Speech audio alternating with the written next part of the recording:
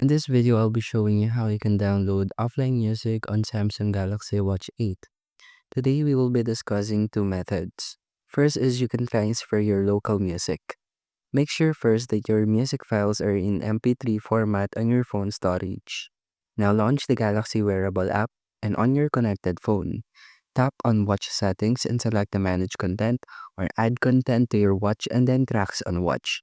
Tap the plus icon and then select the songs or folders from your phone and tap the Add to Watch and grant the permissions needed. And now you can play or open the music app on your watch to find and play your transferred songs. Next is using Spotify. This one requires premium subscription. Open Spotify on your watch and find the playlist or album you want. Tap the download icon to save it to the watch and find your downloaded music in the download section within the Spotify app on your watch. And just play any music that you want. And that's how you can download offline music on Samsung Galaxy Watch 8, and thank you for listening.